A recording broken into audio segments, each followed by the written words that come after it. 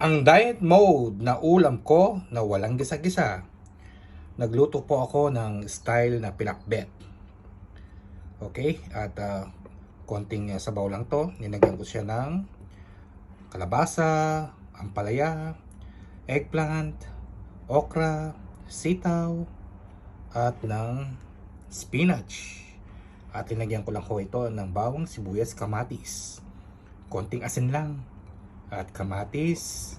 At nilagyan ko lang to ng konting asin, paminta, at ng isang kutsarang oyster sauce.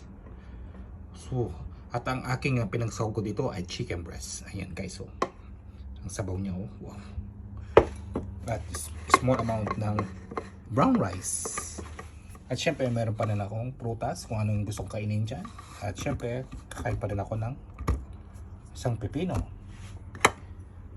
Kaya guys, halip po kayo. Saluhan po niyo kumain itong aking pananghalian ko for today.